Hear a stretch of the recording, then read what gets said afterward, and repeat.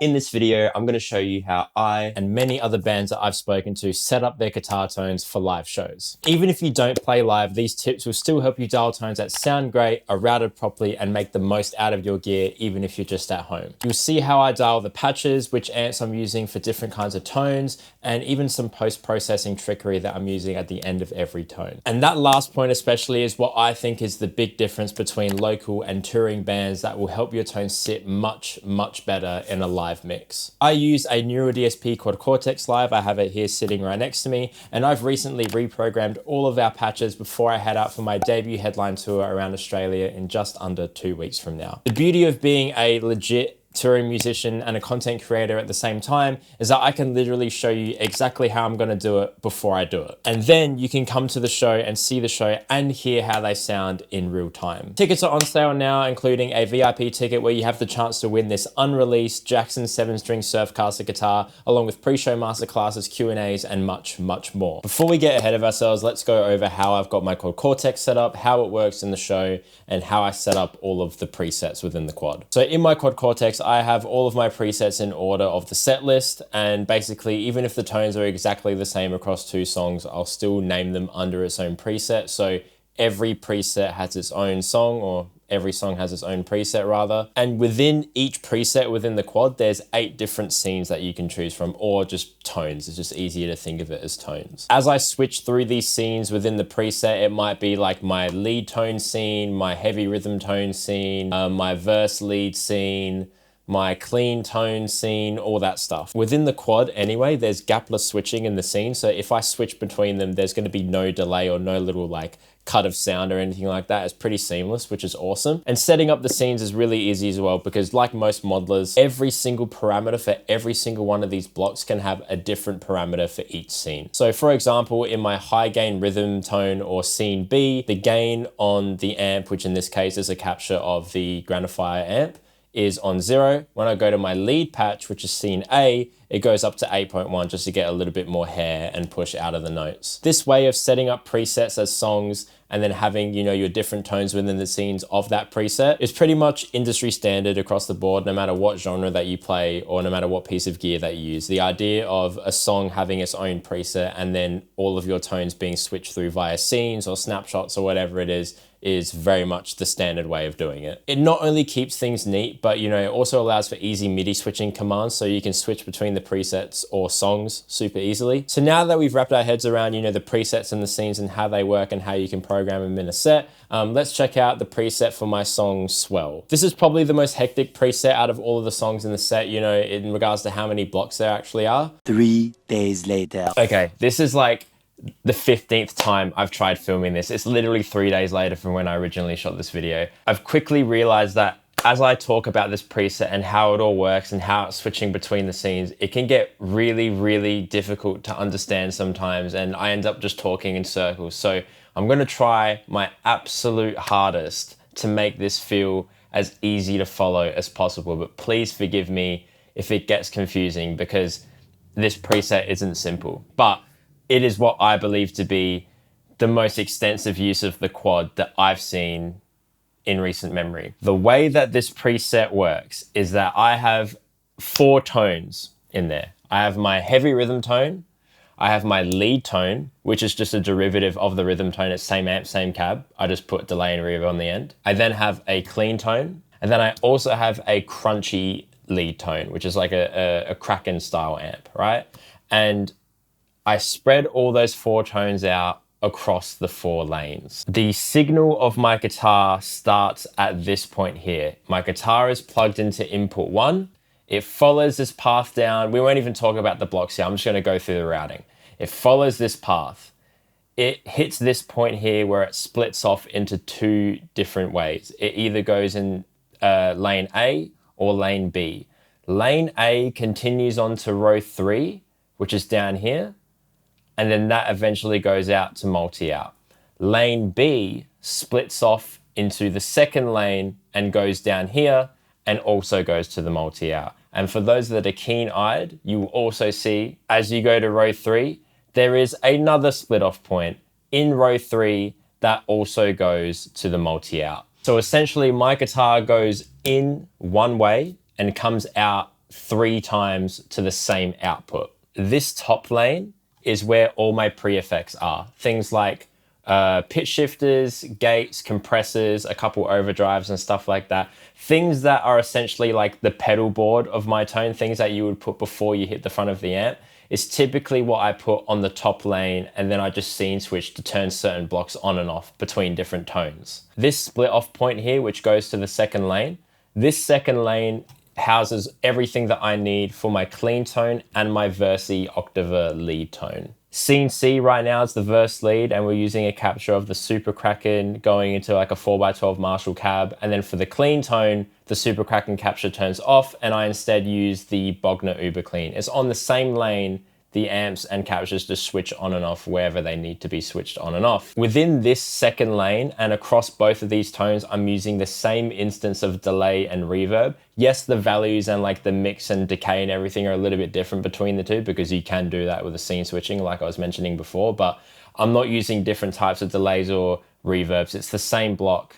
And these 3 EQs here, as you can see, when I'm on my clean tone patch, this is the EQ that's being used on the clean tone. It's a very like lo-fi sounding clean tone. And then when I switch to my verse lead, this block turns off and I am instead using these, which then goes to the multi-out. So that's the clean and verse lead tone done. So now let's look at the high gain tone. Again, the high gain tone follows the same signal path. My guitar goes into input 1, it gets passed through all of these blocks here, which ones are ever necessary. Then it goes to row 3. And this is where I would consider like the start of my heavy tone, because I've got a capture of the precision drive, which then goes to a capture of the Omega Granifier amp. And then that goes into an IR loader. And for this one, I'm just using 4x12 Recto mic'd up with an SM57, very standard stuff. That there is my high gain rhythm tone. And then for the lead tone, it follows the exact same thing, but instead of using the precision drive, I'm using a Klon Centaur capture, because it's a little bit softer on the ears and a bit softer on the top end, which is typically what you'd want for a lead tone. However, there is this break-off point. So anything to the right of this break-off point is purely dedicated to the rhythm tone. My rhythm tone follows all the way through into this multi-out lane here. And my rhythm tone has an EQ going on to clean up some high-end frequency, another one which is more general tone shaping, a little bit of low-mid cleanup, a little bit more top-end kind of just like rounding out, and then a low cut and high cut. This split off point here is where I start building the lead tone. So you can see that when I switch to my lead patch, the Centaur capture gets turned on, and then I start using this lane here, and I start going into delay, reverb, and then more EQ blocks that are very specific to the lead patch and do not touch the rhythm tone at all. So I guess the next natural question is, well, how do you stop one tone from going out to the multi-out while keeping the others going through? As my tone passes through this first lane, you can see that down here in the cab block for the clean / crunchy lead tone, on the actual level control, the output volume is completely off. Therefore, if I'm on my heavy lead patch, which is using all these lanes down here, technically what's happening is my tone is going all the way up until this point where the cab is, and then it just dies off straight away. You might be wondering, why don't you just mute the output on this lane? Why do it on the cab block? The reason why I cut off the tone at the cab rather than just the end of the chain at the multi-out is because by doing it at the cab, the tone will stop there, and then even though the tone has stopped, the subsequent delay and reverb tails will keep going. So if I'm playing on my versy lead tone, I've done a lead and I've hit one note and the delay and the reverb are going, and I switch to my rhythm patch, that delay and reverb will continue to go even though I'm playing rhythm, which wouldn't happen if I shut it off at the multi-out, because that multi-out is after the delay and reverb, and then you just get a clean cut and the delay and reverb would stop and it would just sound really weird. The way that I'm splitting the rhythm and lead tone is a little bit more straightforward. So at this split off point here, you can see that there's the 2 different levels, level A and level B. And level A is, just the natural continuation to the third output. And then level B is the split off point where it kind of dips into that 4th and final lane. On my lead patch, which is scene A as we're on right now, you can see that the level to the A path, which is this one here, is completely shut off.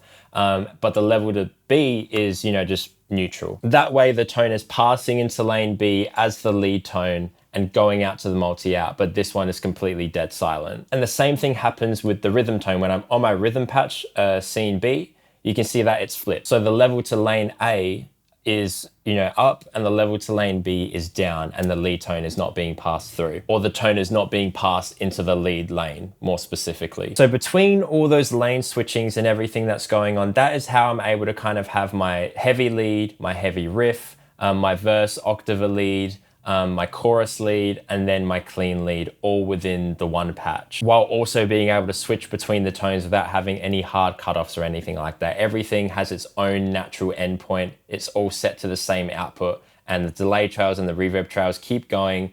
It sounds really natural to play through and switch between the tones. We can even clean this up a bit. This is a little bit messy, to be honest. So this EQ does not need to be here. That can be there in line with all the other ones. That just looks a bit neater, as well as this reverb and this delay block. They can be in line with the other ones as well. I think that looks neat as well. So just a couple of things that I think are worth mentioning that you might be able to put into your preset. So as you can see on mine, on all of them pretty much, the first block is completely empty. There's nothing in that first block. And that is done very intentionally, purely for the fact, that I might break a guitar on stage, I might break a string, and I'll be forced to use a different guitar that's set in a different tuning. And the reason why that's a big deal is because every single song within our set is MIDI mapped with the pitch.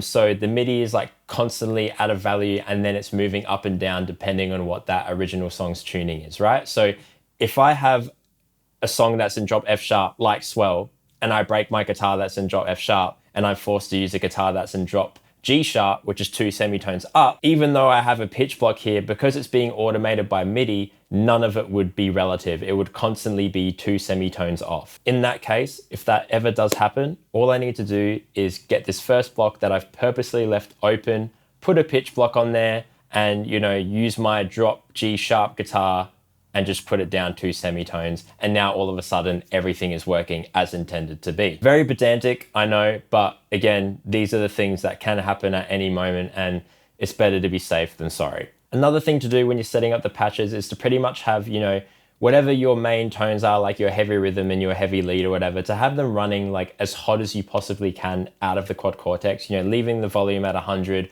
running the patch and running the scenes and running the output volumes as hot as you can just before the point where it starts to clip. That way you're giving the front of house engineer, the hottest, loudest signal that they can work with, and they'll have a little bit more headroom at the desk to push it up or push it back down. It's better to give them a hot signal rather than give them a quiet one and then they run out of room to turn it up on the fader. Obviously do this in relation to like your song. For example, like the clean tone in this song is much more quiet because it's a quiet part of the song.